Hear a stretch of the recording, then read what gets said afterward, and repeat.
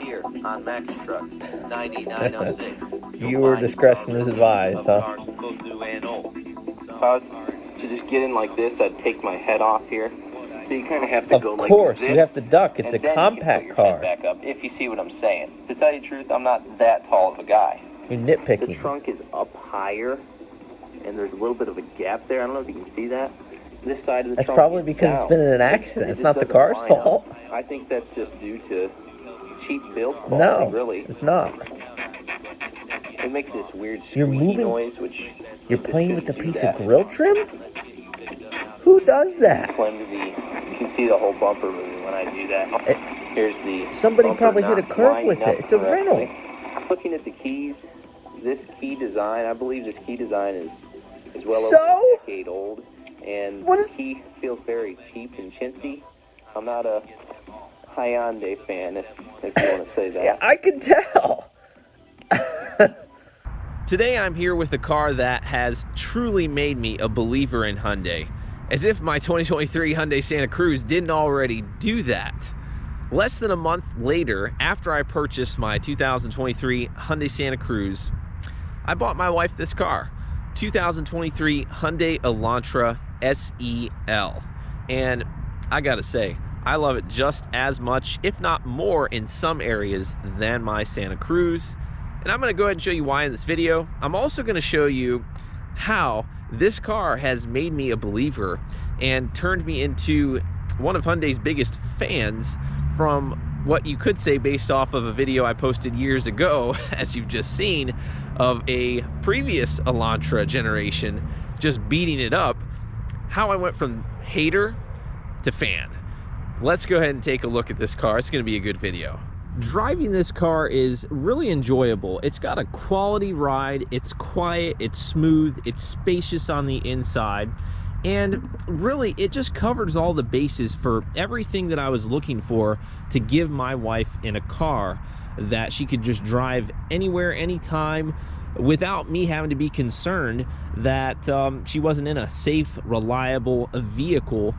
This car covers all the bases for exactly what I purchased it for it to do for my wife. You may have seen the video of me surprising my wife with it. She previously owned a Chevrolet Cruze 2014, and really I just wanted to get her something that would be a good car for her. We've got 1,300 miles on this thing, and I gotta say, it's been absolutely flawless in the time that we've had it. I enjoy driving it just as much as I do my 2023 Hyundai Santa Cruz, if not more, because really it just handles better, it accelerates better, and I mean, it's a compact car, so it's a different class, and I get that, but it is expected for it to drive totally different, and it certainly is enjoyable to drive. Something that I had to kind of go back and forth on when deciding what vehicle to purchase for my wife was, do I want to get her an Elantra, or do I want to go with Corolla? These are really just top competitors, I would say, in that compact segment. With Corolla, for a comparable model, an SE, and I'm saying SE because that's kind of that mid-grade package for Corolla, and with Elantra we have the SEL. We've got a substantial price difference. I feel like in order to get everything that I got for my money on this car, with a Corolla, I would have ended up spending more money. Corolla is not a bad vehicle, so don't get me wrong. I've owned Toyota, and I love Toyota. They're a great manufacturer. But SE Corolla for 2023 is going to come at about $23,950 MSRP, while an SEL Elantra comes in at starting of around $21,750. Gas mileage is right around the same. We've got around 31 city, 40 highway for Corolla, 30 city, 40 highway for Elantra, which is proven to be accurate with this Elantra as we've driven it over the last 1,300 or so miles. Now, the Elantra does have a 2-liter 4-cylinder with 147 horsepower, and the 2-liter 4-cylinder that comes with Corolla puts out 169 horsepower. So performance-wise, with these two engines that I just mentioned, is going to be a little bit better with the Corolla there, but Hyundai does have other engines as well. You've got the 1.6 liter turbocharged engine that puts out more horsepower, and then also you've got that 2 liter turbocharged 4-cylinder that puts out even further above what the Corolla produces with that N line that you can get with the Elantra. Of course, that's a substantial increase in the price though if you wanted to go with the N line Elantra. Really, the way that I see it is, if you're going to be purchasing a compact car, you're thinking about fuel efficiency and safety at the same time, I'm sure, something that's reliable. And really, styling is something that I considered as well.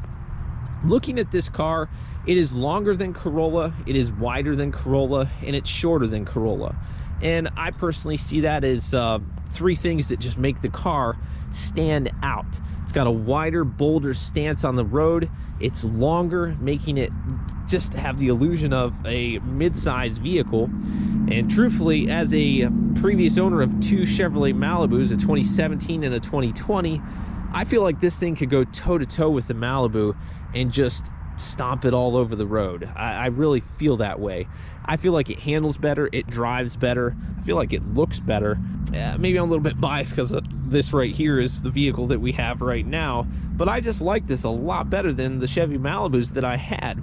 And the Malibus did have other quality issues that I just never got to cover in videos on my channel. This being brand new, we haven't had a chance to fully experience quality issues long term, but I don't foresee having a lot of major issues with this car. Another thing that we'll notice is that the Elantra is going to come in at 2,868 pounds, while the curb weight of the Corolla is 3,110. So Corolla really is, if you want to say chubbier, I think Corolla's chubbier. Corolla looks like a chubby car compared to the Elantra. Corolla really just has a more chubby appearance, being taller, being a little bit narrower, being a little less long as well. So it's shorter, it's chubbier, it's to me, it doesn't look as sleek as the Elantra. And don't get me wrong, I'm not beating up Corolla. For you Corolla owners out there, you don't need to get all offended and think that I'm bashing Corolla, because I'm not. It's a good car. Warranty though on the Elantra is obviously going to beat out the Corolla. We've got 5-year 60 for basic warranty, 10-year 100K for powertrain, versus the Corolla 3-year 36 and 5-year 60.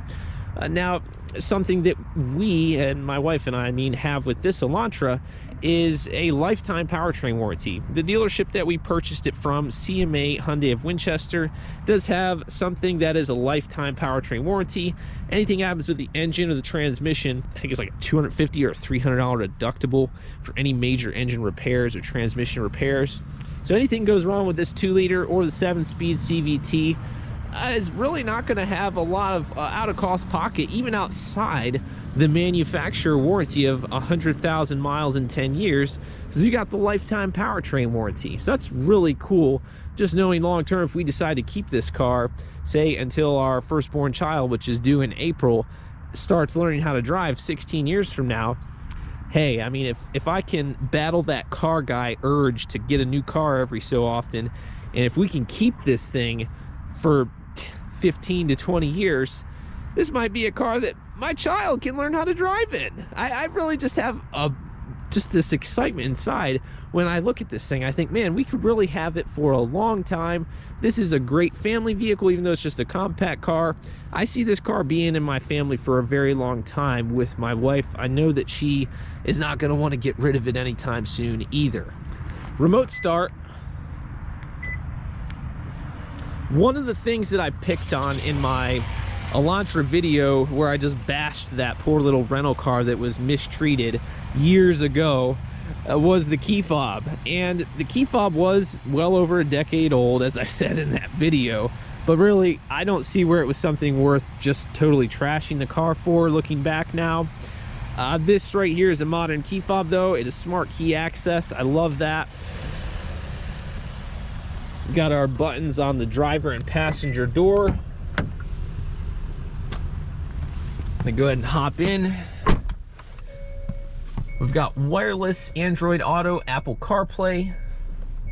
We've got our steering assist, Bluetooth audio controls, driver assistance as we're in the settings menu here. I want to take a look at a few things. Driver assistance, we have the warning timing, warning volume, driver attention warning, forward safety, lane safety, and the blind spot safety, which we can't see the icons for on our side view mirrors. As we get closer there, see the little triangle. Not sure if the camera is quite picking it up. And we also have parking safety. Now, going back, we have our lighting controls, our illumination, the one-touch turn signals, headlight delay, high beam assist, auto lock, auto unlock, 2-press unlock, smart trunk, sound settings. We've got our welcome sound there that we can turn on. Convenience. If we go in there, we'll notice the rear occupant alert, the message that pops up on the cluster that says to check the rear seat. Oil change reminder, welcome light, and that is basically as you approach the vehicle at night, the smart key entry inside the door handle is illuminated. I do like that feature. It's on my Santa Cruz as well.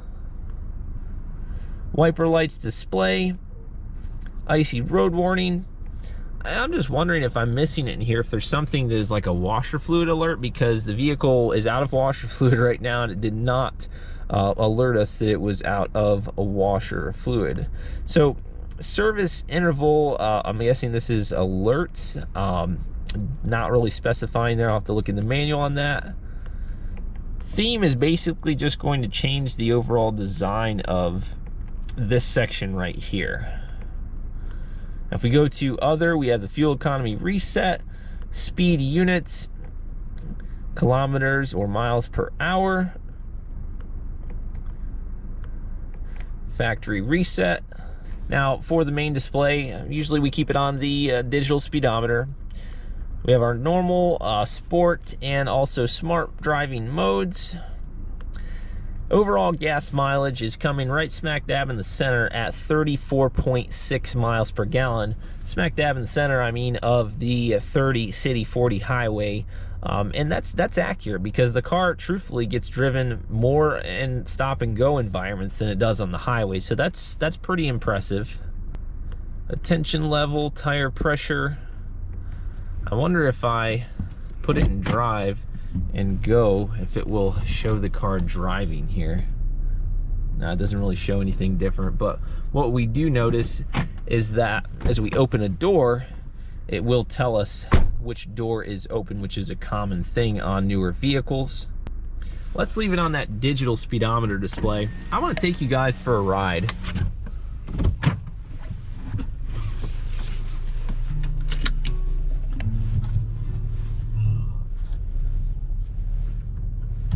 Sirius XM. This steering wheel is very much like my Hyundai Santa Cruz. It's basically that same design, and I thoroughly love that design of the steering wheel. It makes it feel like a more upscale vehicle, really. The like 4-spoke here with the bolstering, I think it's just a really nice style.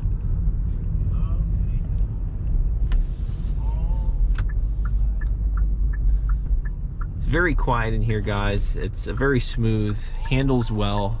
If you're looking for a compact vehicle, or even if you're considering mid-size, definitely give the Elantra a try because you won't be disappointed. As we merge onto the highway up ahead here, I'm going to give you guys a little bit of an acceleration test.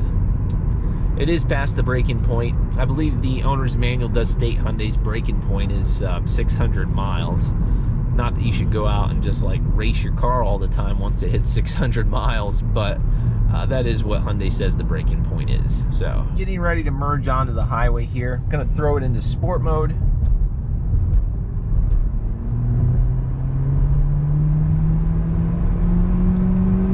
.60 already. And that sport mode keeps that 7-speed CVT revved up to give you that power for merging, passing, racing if you want to race your Elantra. Now I'm going to switch it over to normal mode, and we'll notice that that tames it down there to where the RPMs are below 2,000.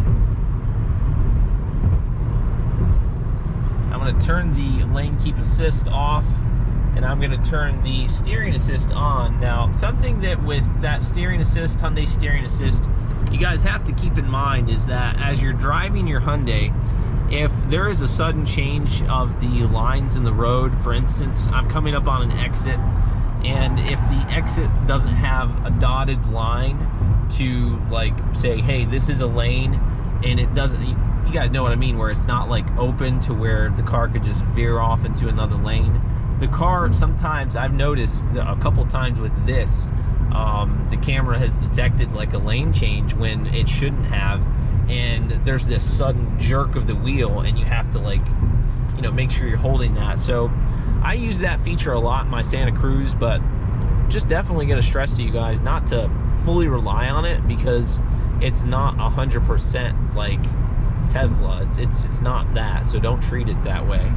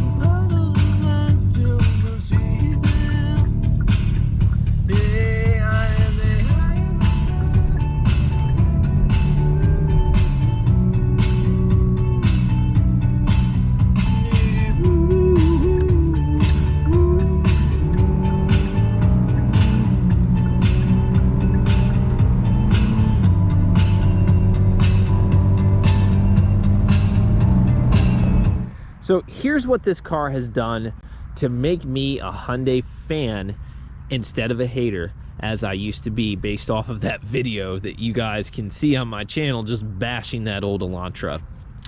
First thing, the styling. This thing is just so attractive. It looks amazing. The next thing I would have to say is definitely going to be the overall feel of the vehicle as far as quality is concerned. I just feel like Hyundai has massively stepped up their game when quality is the topic of discussion. They're just miles ahead of what they used to be. Another thing that I have to say is the handling of the vehicle and the comfort that comes with the suspension. I feel like it's a great handling vehicle. The suspension is super comfortable, and I just absolutely love the way that it drives. Another thing I'm thinking of is technology. The BlueLink app the wireless Android Auto, Apple CarPlay, a couple other things that really just have won me over. Hyundai, you've turned me into a fan with the Elantra here, and definitely turned me into a fan with my Santa Cruz as well. I feel like I went from someone who did not like Hyundai at all to absolutely just bragging about Hyundai and being a proud Hyundai owner. To wrap up this video, the car is holding up absolutely exceptionally with 1,300 miles on it. I really couldn't ask for a better vehicle to have my wife driving around in. I'm super confident that it's going to be a great car for her, and we'll have it for many years.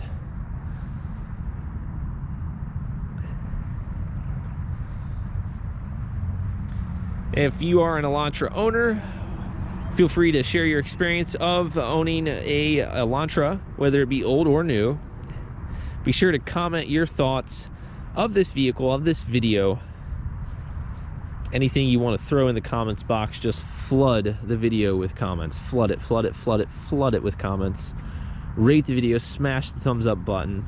Subscribe today if you haven't already, please, as it really just helps the channel tremendously. And I do appreciate you watching. I will see you all in the next one.